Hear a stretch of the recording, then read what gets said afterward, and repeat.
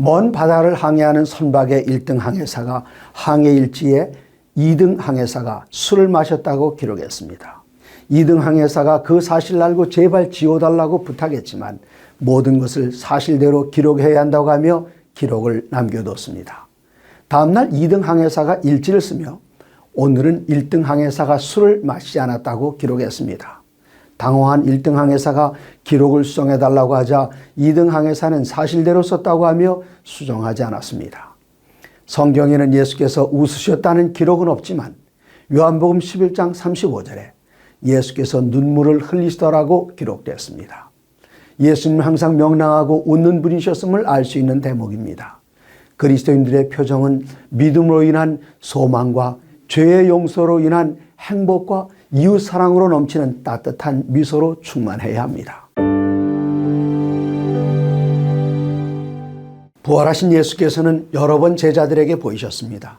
그럴 때마다 예수께서는 원래의 신성으로 돌아가시지 않고 인간이 되셨음을 나타내 보이셨습니다. 몸에 생긴 상처에 손을 넣어보라고도 하셨고 붙들고 놓아주지 않는 마리아에게는 놓아달라고 하셨습니다. 누가복음 24장 1절에는 그들이 너무 기쁨으로 아직도 믿지 못하고 놀랍게 여길 때에 이르시되 여기 무슨 먹을 것이 있느냐고 하셨습니다. 성부와 성령께서는 배가 고프실 수 없으십니다. 그러나 인간이 되신 예수님께서는 음식을 찾으셨습니다. 예수께서 음식을 찾아야만 하는 인간이 되셨기에 우리를 위한 대제사장이 되실 수 있고 우리를 위한 재판장이 되실 수 있습니다. 예수께서 인간이 되셨다는 사실은 우리에게 너무나도 기쁜 소식입니다. 하나님의 모든 말씀으로 사시기 바랍니다. 우리 몸에는 하루도 빠짐없이 산소와 영양을 공급받아야 하는 세포가 100조 개나 됩니다. 매일 산소와 영양소를 공급받아야 할 뿐만 아니라 세포에서 생기는 찌꺼기들을 청소하려면 도로가 좋아야 합니다. 인체에는 성인의 경우 16만 킬로미터의 혈관이 도로의 역할을 하며 혈액을 운반합니다. 도로가 막히면 농부들이 아무리 좋은 농산물을 생산해도 소비자에게 전달할 수 없고 상수도가 막히면 식수를 비롯한 생활용수의 공급이 불가능하며 하수도가 막히면 세상은 썩은 냄새로 진동할 것입니다. 시편 84편 5절입니다. 주께 힘을 얻고 그 마음에 대로가 있는 자는 복이 있나이다. 하나님께 나아가는 시온의 대로는 항상 열려 있어야 합니다. 시온의 대로를 막는 것은 죄입니다. 오늘이 회개함으로 시온의 대로를 평탄케 하는 바로 그날이 되기를 바랍니다. 어떤 분들은 꿈속에서라도 예수님을 한 번 배웠으면 좋겠다고 말합니다. 예수님의 승천 이후로 사도 바울을 제외하고는 예수님을 만난 사람이 아무도 없지만 세상에 수많은 그리스도인들이 존재합니다. 예수께서는 예수님을 직접 보지 않고 믿는 사람이 복이 있다고 하셨습니다. 예수님의 제자 도마는 부활을 믿지 못하고 예수님의 손에 난 못자국에 손을 넣어보기 전에는 믿지 못하겠다고 말했습니다. 며칠 후 예수께서 도마가 있을 때의 제자들 가운데 나타나셨습니다. 요한복음 20장 29절입니다. 예수께서 이르시되 너는 나를 본고로 믿느냐? 보지 못하고 믿는 자들은 복되도다 하시니라. 예수님은 말씀으로 오신 분이시기에 예수님의 모습을 보지 못해도 기록된 성경 말씀을 통해서 넉넉히 예수님을 볼 수 있습니다. 하나님의 모든 말씀으로 사시기 바랍니다. 1825년에 즉위한 러시아의 니콜라이 1세가 어느 날 한 부대를 방문했을 때 그 부대의 재무 담당 장교는 황제의 친구의 아들이었습니다. 이 젊은 장교는 노름에 빠졌고 군대의 공금을 유용했습니다. 그가 얼마나 나라의 돈을 유용했는가를 계산해 봤습니다. 평생 갚아도 못 갚을 액수였습니다. 이 많은 빚을 누가 갚을 수 있겠는가?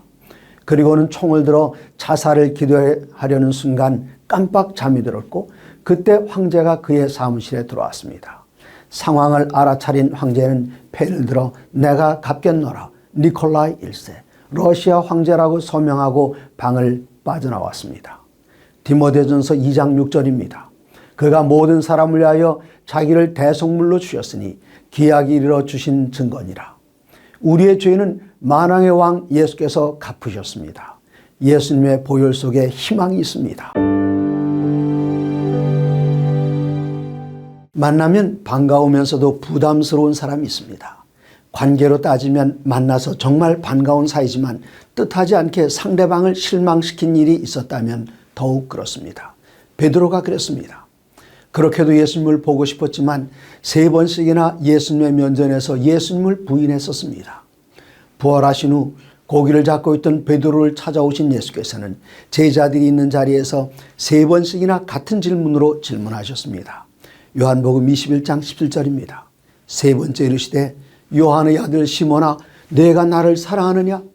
베드로는 예수께서 질문하실 때마다 내가 주님을 사랑하시는 줄 주께서 아시니다라고 대답했습니다. 3번이나 부인했던 제자에게 3번씩이나 충성과 사랑을 고백할 수 있는 기회를 주신 사랑의 주님이십니다. 이런 예수님을 사랑합니다. 미국의 서부에서 어떤 청년이 실수로 살인을 하고 사형 언도를 받았습니다. 그의 성실함을 아꼈던 주민들이 주지사에게 사면을 탄원했습니다. 주지사는 사면장을 갖고 형무소를 방문하여 면담을 신청했습니다. 청년은 주지사를 만나지 않겠다고 했습니다. 주지사는 청년에게 좋은 소식을 갖고 왔다고 했습니다. 그러자 청년은 당장 나가지 않으면 간수를 부리겠다고 소리질렀습니다. 주지사가 떠나자 간수가 들어와 축하한다고 했습니다.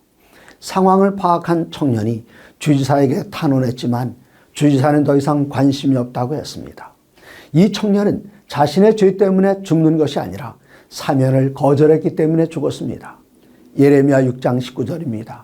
땅이여 들으라 내가 이 백성에게 재앙을 내리리니 그들이 내 말을 듣지 아니하며 내 율법을 거절하였음이니라.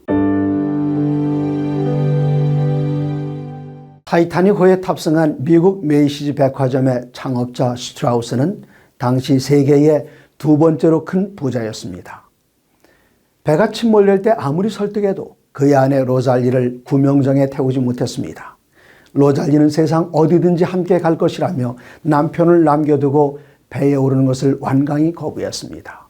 선원들이 67살의 슈트라우스에게 그가 구명정을 타는 것을 아무도 반대하지 않을 것이라며 탑승을 권했지만 63살 된 아내의 손을 꼭 잡고 최후의 순간을 기다렸습니다.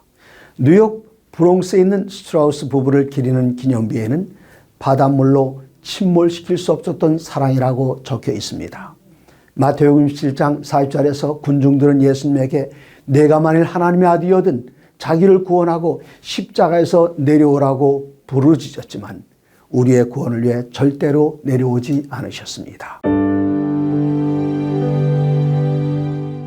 한국의 대중음악이 여러 나라에서 인기를 끌고 있습니다.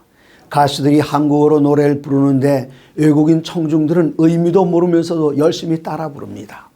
그러나 성경은 분명히 우리에게 무엇인가를 전하고 있습니다. 성경을 읽을 때 성경이 우리에게 무엇을 말하고 있는가를 분명히 이해해야 합니다. 중요한 것은 나의 의견이나 여러분의 의견이 아니라 성경이 우리에게 말하고자 하는 것입니다.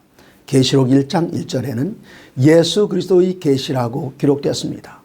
성경은 사람이 사람들에게 쓴 글이 아니라 예수께서 우리에게 전하고 싶은 말을 기록한 글입니다. 성경을 읽을 때 성경 속에서 예수님을 만나며 예수께서 우리에게 하시는 말씀을 이해하고 의미 있게 받아들이고 생활 속에 실천해야 합니다. 하나님의 모든 말씀으로 사시기 바랍니다. 예수님을 만나고도 알아보지 못한 안타까운 이야기가 성경에 있습니다. 예수께서 메시아로 등극하시기를 기대하며 보좌에 오르시면 한 자리를 얻을 줄 알았지만 십자가에 달려 돌아가셨습니다. 부활하셨다는 소문이 돌긴 했지만 믿을 수 없었습니다. 모든 것을 포기하고 고향으로 돌아가는 길에 여행자를 만났습니다. 여행자가 그들의 대화의 내용이 무엇인지 물었을 때 제자 글로바는 당신이 예루살렘에 체류하면서 요즘 거기서 된 일을 혼자만 알지 못합니까? 라고 나무랐습니다. 누가복음 24장 18절이었습니다. 성경의 말씀을 통해서 예수님을 만났었더라면 예수께서 돌아가셨을 때 실망하지 않았을 것입니다. 예수님을 만나고도 알아볼 수 없었던 것은 비극입니다. 말씀을 통해서 매일 예수님을 만나는 경험을 하면 예수님을 절대로 놓칠 수 없습니다.